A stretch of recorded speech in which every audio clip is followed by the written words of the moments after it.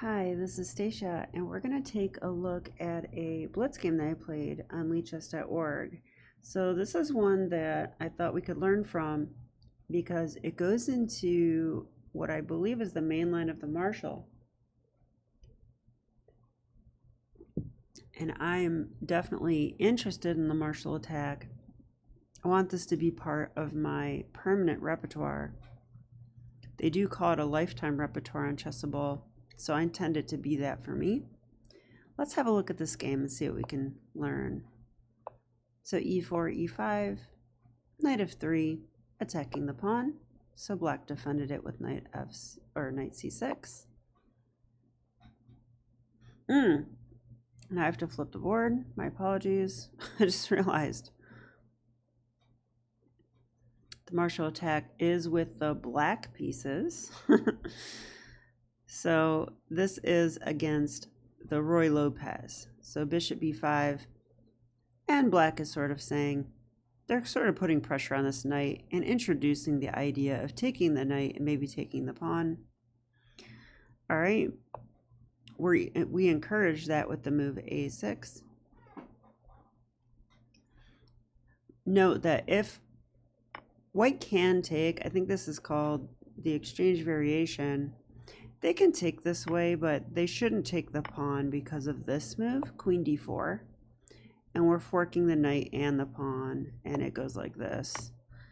And we can trade, and this position is actually just fine for black, maybe slightly better even. We do have the two bishops. So just something you should know about the opening.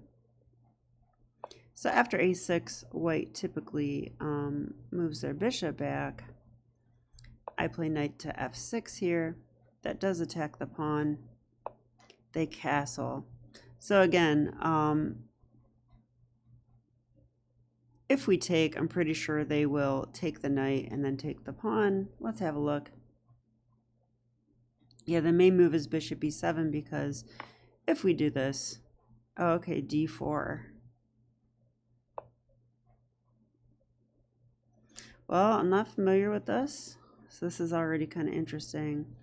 Oh, this is just called the Open Roy Lopez. Yeah, I've heard of this before. This is like an actual chess opening. And white has a standard tiny edge here. So let's just have a look at a couple moves. d5, b5 attacking the bishop. The bishop drops back, and then black goes d5. Yeah, and now white gets that pawn back. And then takes. This is all pretty interesting. I guess the main move is actually c6, yeah. I don't play the Open Roy Lopez, but it looks pretty interesting. Okay, let's turn that off and go back. So I don't play this move because it is like, it's just another opening choice basically. It looks like a free pawn, but white will get that back. So we play bishop e7. And this is the move that you play if you want to go into the Marshall attack instead of bishop c5. Now rook to e1. And the rule is once white defends their e-pawn, we should defend our e-pawn. And we can do that with the move b5 so that there is no bishop takes knight anymore, which is defending the pawn. So our knight really is defending it now. The bishop drops back. And now in the Marshall, we want to castle. The primary reason for this is we don't want to commit our d-pawn. We want to get this d-pawn to d5 in one move. So like d6 looks pretty natural here. But if we play d6, then you're not going to get a Marshall anymore. It would just be a closed Roy Lopez. And some people call those the Spanish torture positions. And I finally know what they mean. I've definitely learned that over the last few months, that white has an ongoing pressure and a lot of times brutal attacks on the king. So like, I'm sure you've seen the plan of like, how does it go? d3, knight here, knight f1, knight g3, and then there's often an attack on the king side. So okay, so here I like to move castles. I'm just following my repertoire with Jan Gustafsson. And now white plays c3. So this is the main move, but this does allow the martial attack. So the move c3 prepares the move d4. So we need this moment to play d5. Okay, this is our moment. And it looks like it loses a pawn because after white takes, it unleashes the rook's attack on this pawn too. So that will be attacked twice. So even though like take, that's all well and good, but then white can actually take here, and after we take, the rook will take. White's going to win a pawn, but the martial attack is basically a gambit. So he did take in the game. I took. Pretty sure I played all these moves like instantly, which is nice. That means I know them pretty well. And now we have to play the move c6. This isn't very desirable, but it's really the only move. We need to defend the knight. Okay, and he dropped his rook back. So usually they go d4 or d3, but I think that this rook move kind of transposes. So let's see if it does. After here, I went bishop d6. Yeah, this is the main move. Because white should probably move this pawn now to open the bishop up. Maybe open the square up for the knight as well. So it's just a developing move that has to happen. Okay, so d4. Here, one of the main points of the martial is this queen h4 move. Notice that the king is rather lonely. He doesn't have his friend on knight f3, his friend on f3, because that knight traded itself off. So the king's main defender is actually not here, and that justifies this martial attack line. Also, check out the development. We have one more piece to develop, and white has a lot of pieces on the back row. The bishop is aimed at my knight. We will invite this trade in the martial. We're not concerned about this trade. This is an improvement in our pawn structure, and we would get the two bishops. Okay, so we're threatening checkmate. Always nice to develop with tempo. G3 is the normal move, and I played queen to h3, which is also the normal move. And now here, I know that bishop e3 is a move. I know that queen f3 is a move. I played queen f3. Huh, looks like a rare move in the database. So maybe they're supposed to go bishop e3 first. Yeah, and this is the point where I'm out of book. Of course, the Lichess opening book is going to look different than my Chessable repertoire. So bishop e3 is the main move. Let's just look at this for a second. I believe here we should play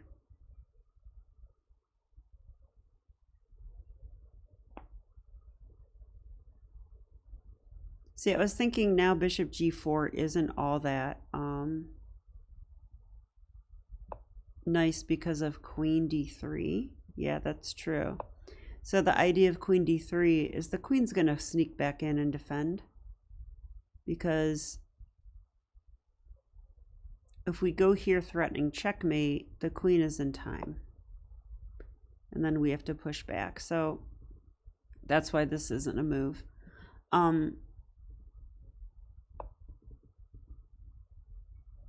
The other move that's showing up is rook to e4, but I thought this was kind of refuted.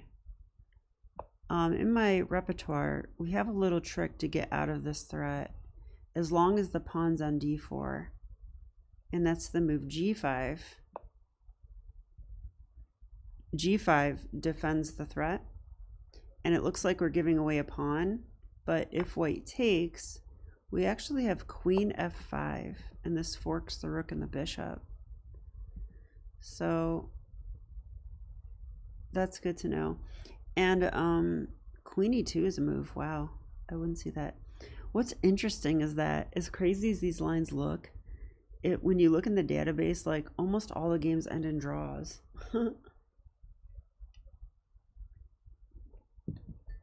It's just funny that crazy positions a lot of times end in draws, and very sterile positions often end in wins and losses because of endgame stuff. So pretty interesting. Okay, so in this game he played queen to f3, and let's see if I played this right. I went rook a7. So I probably mixed up my lines because I see that bishop g4 is like the only move.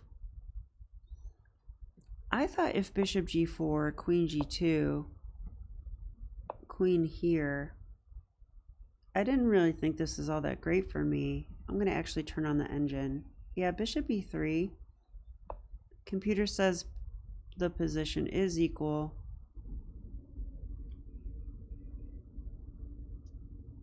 And I should bring my rook over. Yeah, like, I feel like white is... I mean, I'm going to have nagging pressure for sure. Wow, and this move a5, this is one that I wouldn't consider.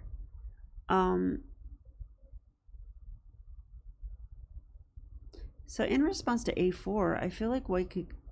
oh, they can't go a4. But I feel like, you know, is it really so bad to put their bishop here? What's the point of this? So if they go here, I guess we just double rooks now.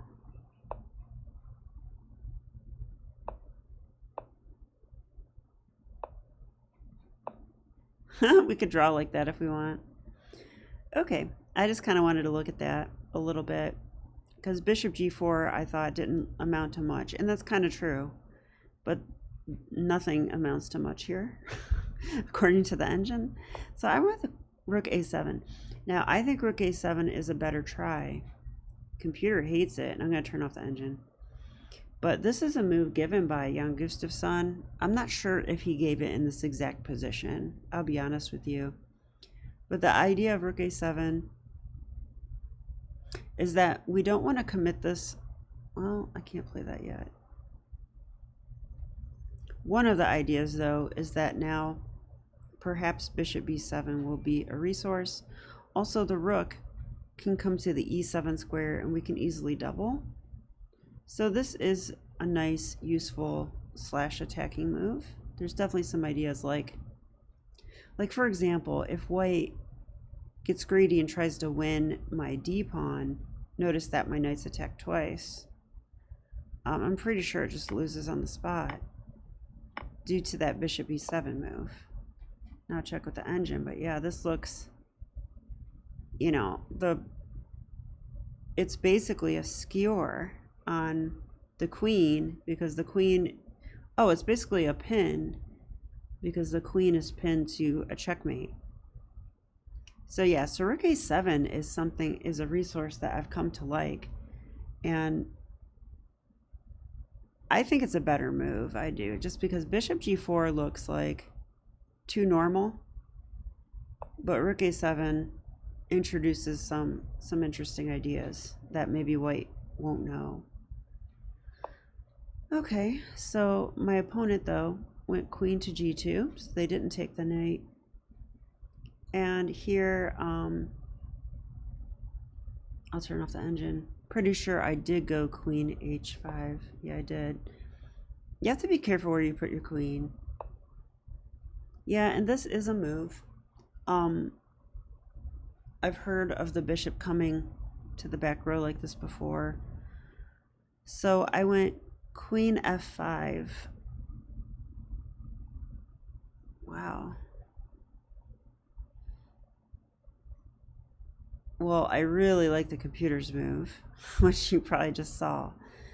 What a nice queen sacrifice. Just saying like, okay, you can take if you want, but that's going to be check. The queen will have to block. And we won material, right? In fact, wow, look at this. The the computer's like, your queen's pinned and not going anywhere, so I'm just going to slide my rook over. And then after they attack it, then we take. Pretty interesting. This position's actually just equal, though. Yeah, because we lose our queen. We trade rooks, give the... Yeah.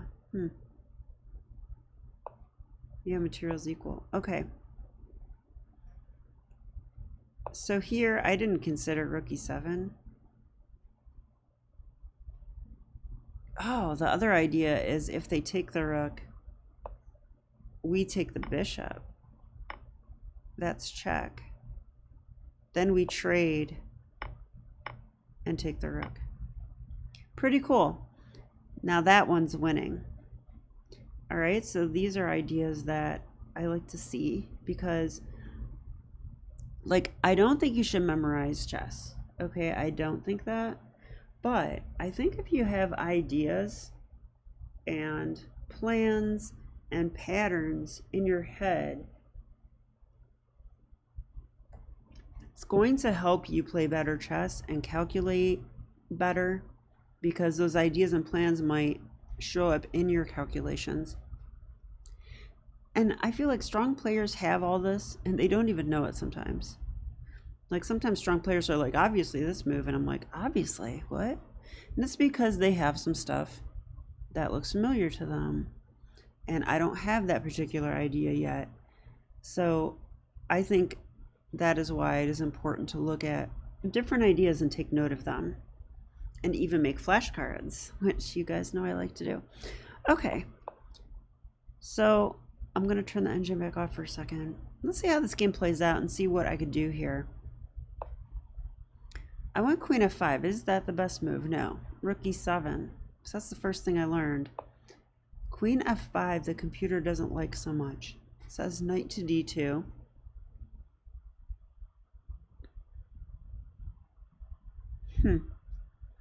I do block my bishop, is the thing.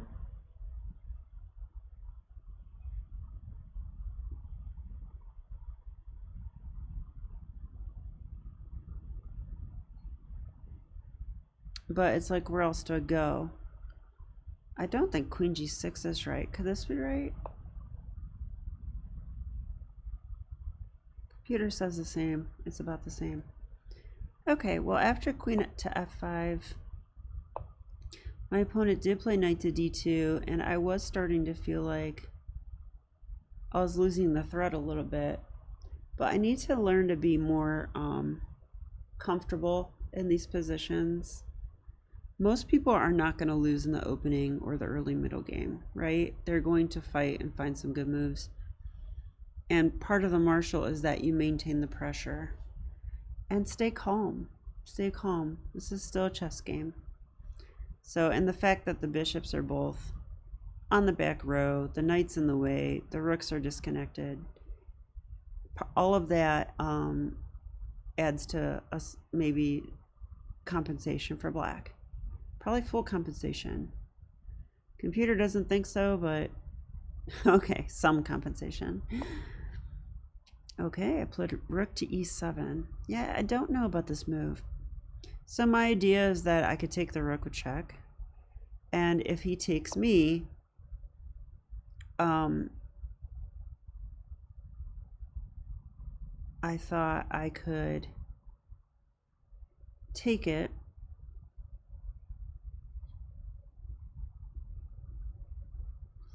Yeah, I don't know. Doesn't look like a strong move. I guess it is. It's the best move. Go figure. If he takes it, though, which I think he should, this was my plan. Yeah, I would expect something like this. So what am I supposed to do here? Yeah, I mean, computer just likes white, you know, like, so I'm not sure what I'm supposed to do.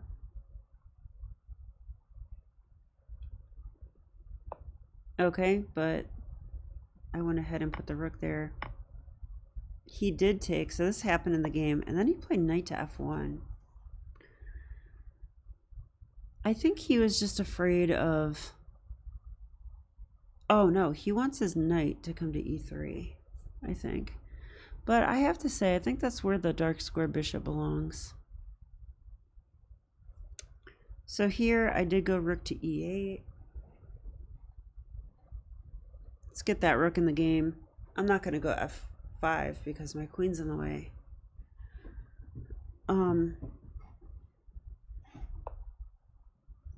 Yeah, the knight did come here.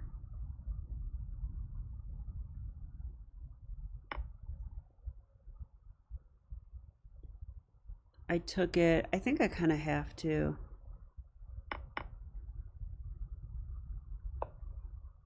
And then I played this move.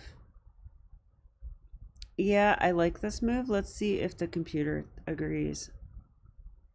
Computer also likes c5.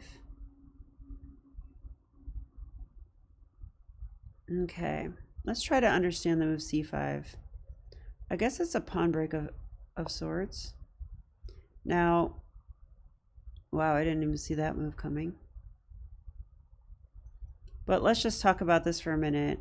Whenever I do a pawn break, I want to know like what happens if white takes, what happens if they push past, and what happens if they do something else.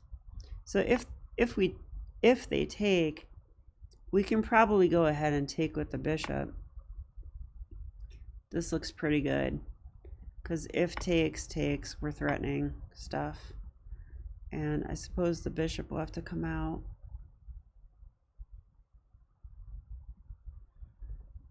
Oh no, is this the point? Let's check with the engine. Like if they take.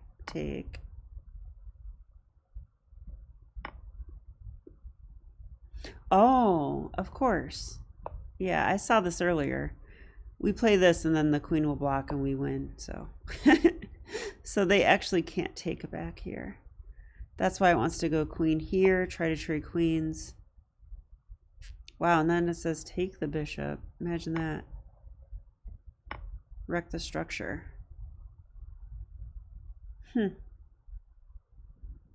Okay, computer says this position's equal. Pretty fascinating since we're down a pawn. But their rook is still in the corner and their bishop's still blocking it. And now they have a weak pawn, so we can probably win this pawn and the position will be equal. So that's what I think is going on here. Okay, so let's go back.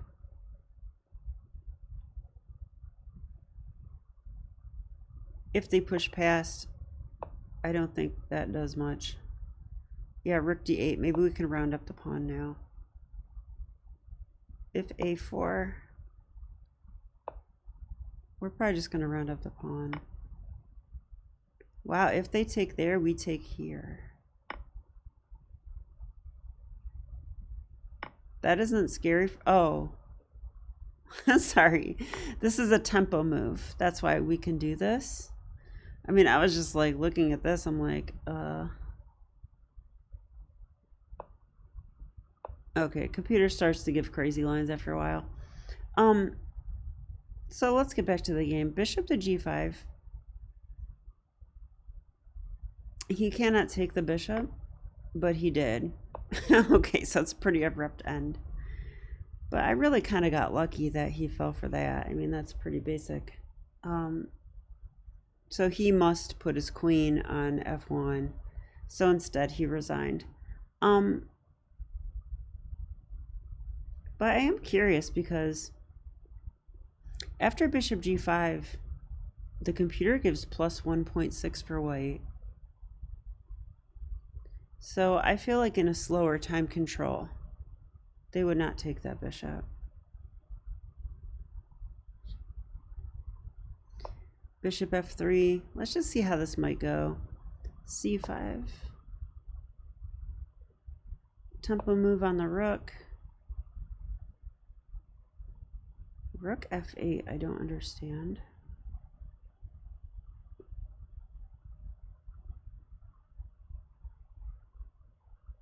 This move I like better. Attack the queen. Attack the queen again. My queen's getting pushed around. My bishop's getting pushed around. Wow, I can take this pawn and it's still good for white. That's kind of crazy.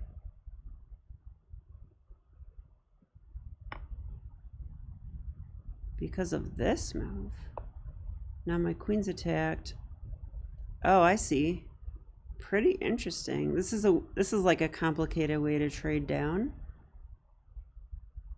Their bishop's under attack, or their queen's under attack, my queen's under attack, and my bishop is too. So if I go here,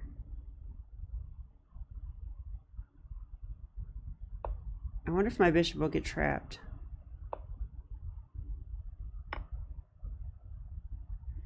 Okay, well, this is starting to seem like computer craziness to me, but that is pretty interesting. Okay, so let's go through this one last time and just look at a couple key ideas. This is the marshal, and my opponent did retreat the rook first, so that's unusual, but it transposed into like mainline stuff with the move d4. And after queen to f3, turns out the main move is bishop to g4. Rook a7 is not the best, but I still like it. Yeah, and I think here, this is the main thing I learned from this one. This idea of rook e7, when they attack my queen, I don't necessarily have to move it in the marshal. I've noticed several tactics like that go like this, where your queen's attacked and then you make a bigger threat. And I feel like that's kind of what this move is. So, you know, they can take our queen, we take a rook, now their queen has to come back. Now we do this. I don't love this line with everything being traded off, but I'm sure it's going to be a useful idea to keep in mind. So, okay, I hope that you guys found this interesting like I did. I'll be back with more chess. All right, bye.